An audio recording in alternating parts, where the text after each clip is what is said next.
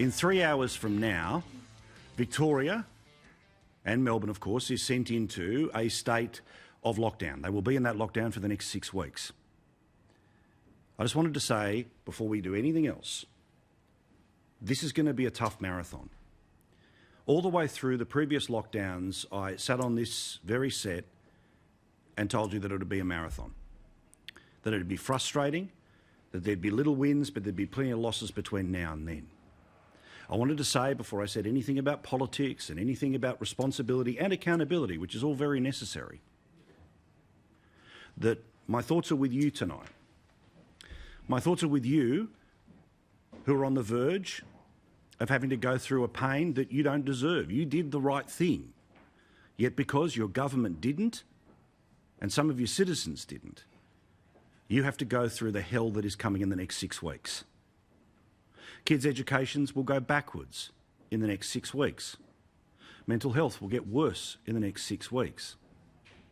In the next 6 weeks, you won't be able to visit family members. You won't be able to hold the hands of the people that you love when they are in hospital. And in the next 6 weeks, the many more who will die of the things that we normally die from will not be able to have the funerals that they deserve.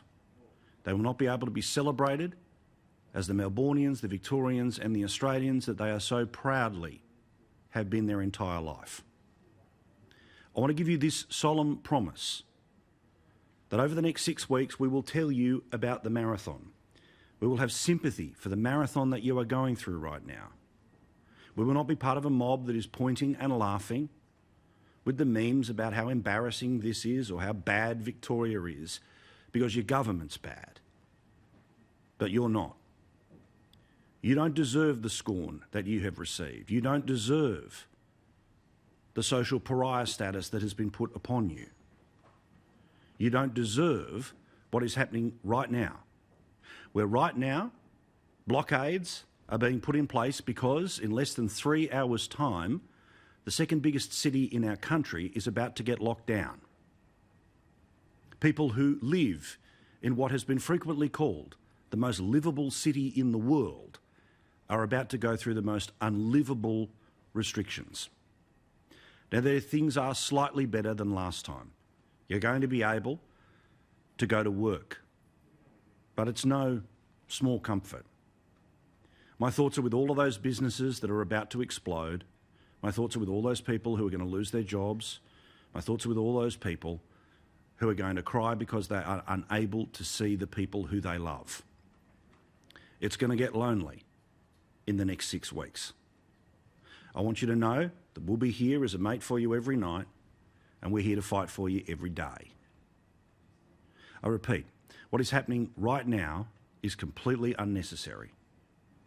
What is happening is because of the mistakes of government, the carelessness of other citizens.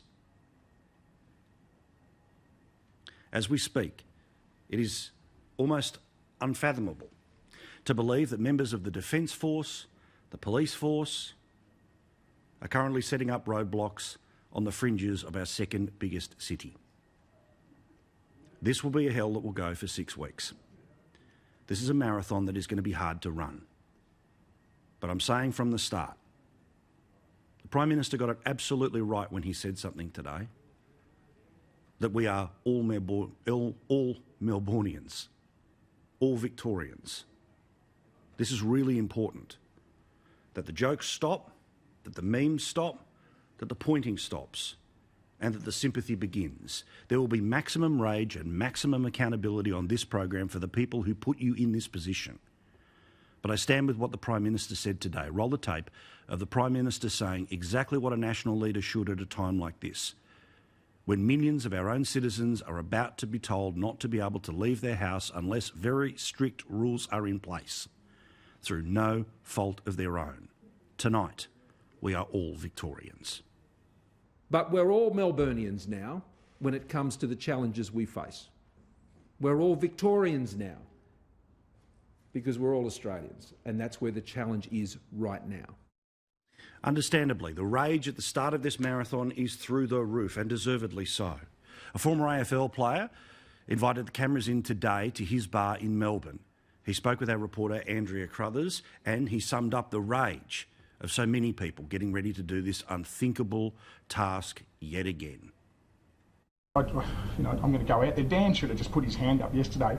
When he made his announcement, he should have resigned as well. He's pointing the finger at all us Victorians when a lot of us have been doing the right thing. He and his government have let us all down, and it's horrible. So Dan, please resign. Stand up and man up. Enough's enough. It's horrible.